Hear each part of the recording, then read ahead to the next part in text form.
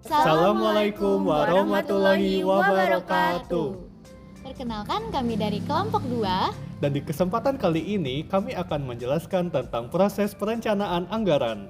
Dan saya Muhammad Rifat Sebastian selaku ketua kelompok. Saya Audrey Olivia sebagai anggota kelompok. Saya Puspita Sari Ayu sebagai anggota kelompok.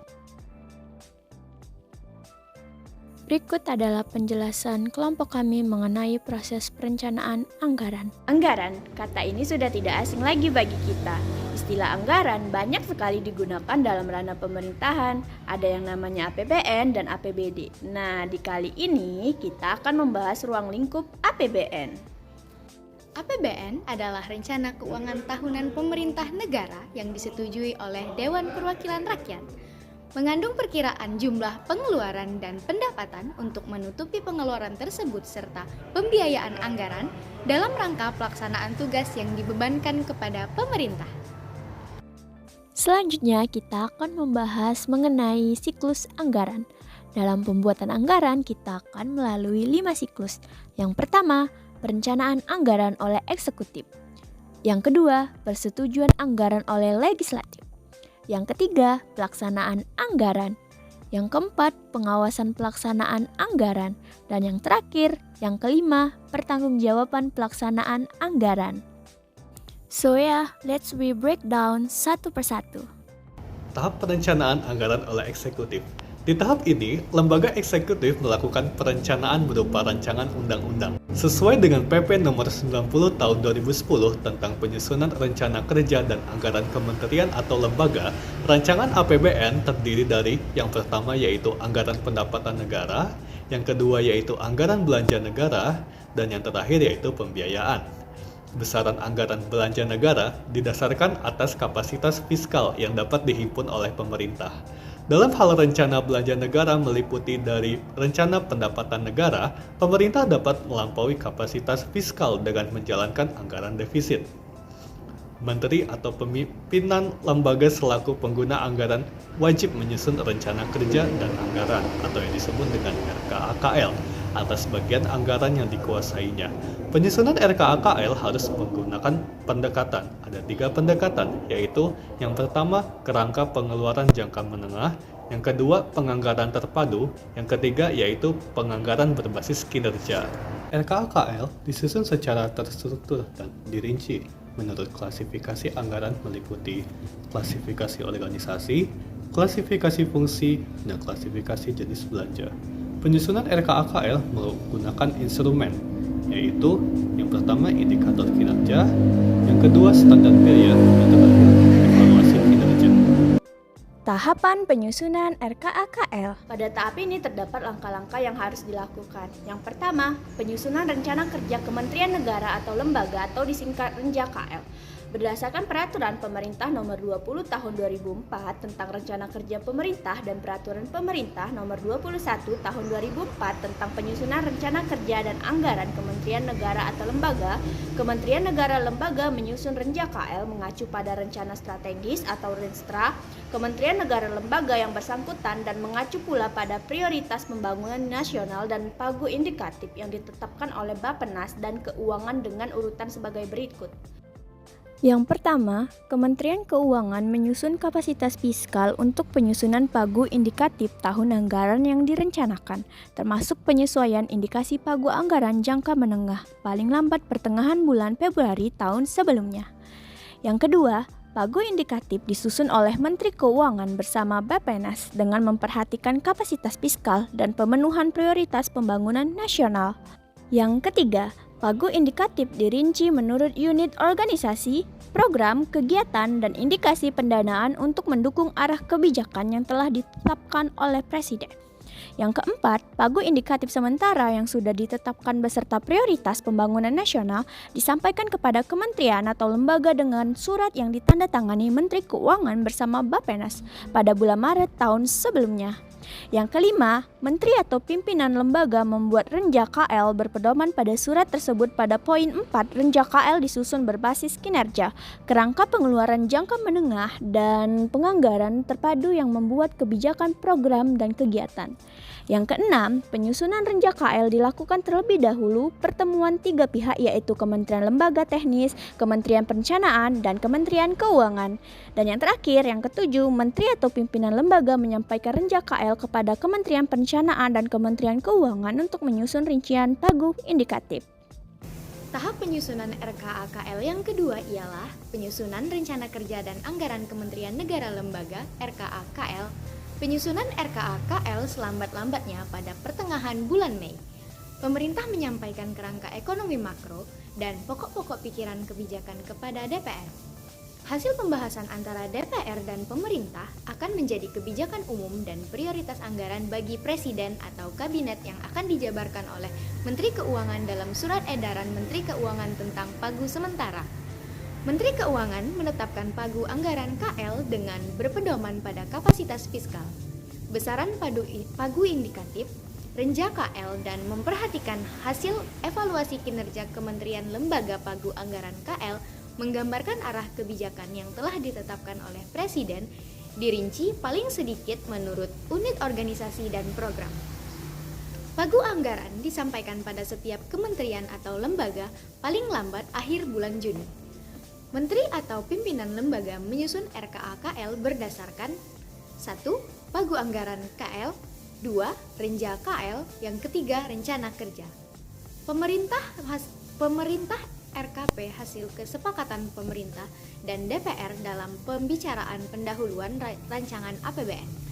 Yang keempat, standar biaya. Penyusunan RKA-KL termasuk menampung usulan inisiatif baru sebagai berikut. Yang pertama, penelaahan RKA-KL dalam rangka penetapan pagu RKA-KL yang bersifat final.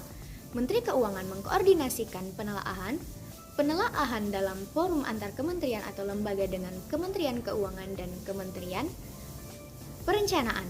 Yang kedua, penelaahan dilakukan secara terintegrasi yang meliputi kelayakan anggaran terhadap sasaran kinerja yang direncanakan, konsistensi sasaran kinerja atau lembaga dengan RKP. Dan yang terakhir, yang ketiga, penelaahan diselesaikan paling lambat akhir bulan Juli. Tahapan penyusunan RKA-KL yang ketiga yaitu penyusunan anggaran belanja. RKA-KL hasil telaah Kementerian Perencanaan dan Kementerian Keuangan menjadi dasar penyusunan anggaran belanja negara. Belanja negara disusun menurut azas bruto, yaitu bahwa tiap kementerian negara atau lembaga selain harus mencantumkan rencana jumlah pengeluaran, harus juga mencantumkan perkiraan penerimaan yang akan didapat dalam tahun anggaran yang berjalan.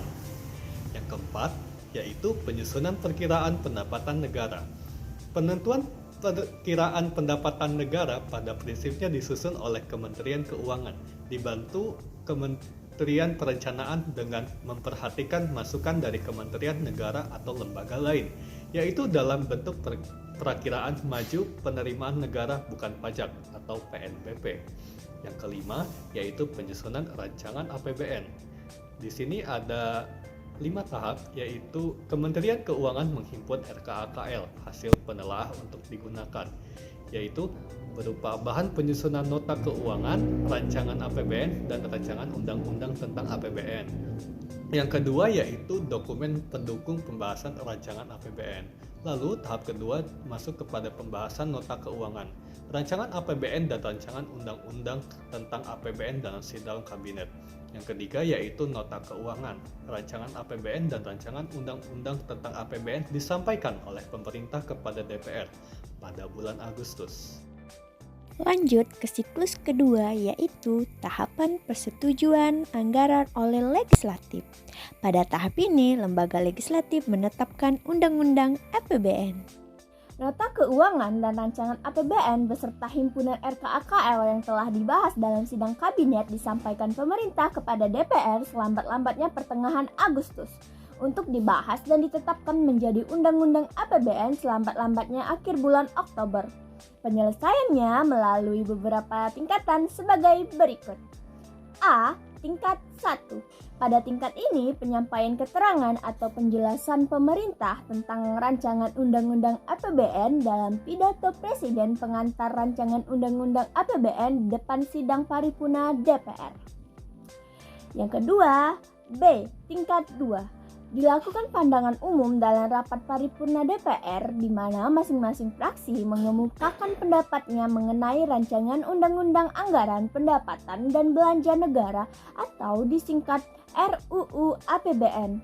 Dan keterangan pemerintah, jawaban pemerintah atas pandangan umum tersebut biasanya diberikan oleh Menteri Keuangan. C. Tingkat 3. Dilakukan pembahasan dalam rapat komisi, rapat gabungan komisi, atau rapat panitia khusus. Pembahasan dilakukan bersama-sama pemerintah yang diwakili Menteri Keuangan. D. Tingkat 4. Diadakan rapat paripurna DPR yang kedua. Pada rapat ini disampaikan laporan hasil pembicaraan pada tingkat 3 dan pendapat akhir dari masing-masing fraksi DPR. Selanjutnya, DPR menyetujui RUU APBN. Pada kesempatan ini, DPR mempersilahkan pemerintah yang diwakili oleh Menteri Keuangan untuk menyampaikan sambutannya berkaitan dengan keputusan DPR. Rancangan Undang-Undang APBN atau RUU APBN yang telah disetujui disahkan oleh Presiden menjadi Undang-Undang APBN atau UU APBN. Masuk ke siklus ketiga, yaitu tahap pelaksanaan anggaran oleh eksekutif. UU APBN yang sudah disetujui DPR dan disahkan Presiden sudah disusun dengan rinci sampai dengan unit organisasi, fungsi, program, kegiatan, dan jenis belanja. Setiap pergeseran antar unit organisasi, antar kegiatan, dan antar jenis belanja harus mendapat persetujuan DPR. Pelaksanaan UU APBN dituangkan lebih lanjut dengan keputusan Presiden sebagai pedoman bagi Kementerian Negara atau lembaga negara dalam melaksanakan anggaran yang selambat-lambatnya akhir bulan November. Kepres tentang rincian APBN ini menjadi dasar Kementerian Negara atau lembaga untuk mengusulkan konsep dokumen pelaksanaan anggaran kepada Kementerian Keuangan selaku Bendahara Umum Negara. Menteri Keuangan mengesahkan dokumen pelaksanaan anggaran selambat-lambatnya tanggal 31 Desember dengan dokumen pelaksanaan anggaran tersebut mulai 1 Januari tahun anggaran berikutnya. Kementerian Negara atau lembaga dapat melaksanakan penerimaan yang berkaitan dengan bidang tugasnya. Lanjut ke siklus yang keempat, yaitu tahap pengawasan pelaksanaan anggaran. Di tahap ini, DPR selaku badan legislatif melakukan kegiatan perjalannya pemerintahan, di mana DPR melihat, memperhatikan, memonitor, memeriksa, menilai, dan melaporkan penggunaan anggaran yang dialokasikan untuk membiayai pelaksanaan dari rencana yang sudah direncanakan sebelumnya. Pada intinya, pengawasan anggaran atau yang juga dikenal dengan budgetary control lebih berfokus kepada penilaian terhadap suatu rencana anggaran keuangan dibandingkan dengan pelaksanaannya.